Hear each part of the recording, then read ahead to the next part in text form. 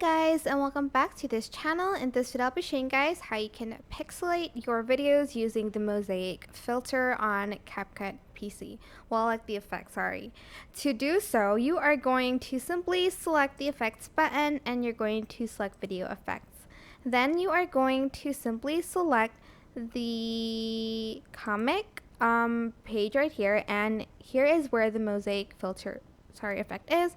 And you can just add it to your videos. Here you can adjust the blur and the sizes, the size of the pixels. If you slide it to the left, it's smaller. If you slide it to the right, it's a little bit bigger. You can also say pixelate just a little bit. It's very hard to do it on this layer because I didn't turn on the proxy layer. Oh, here, I need to turn it on, I think. Hold on. There we go.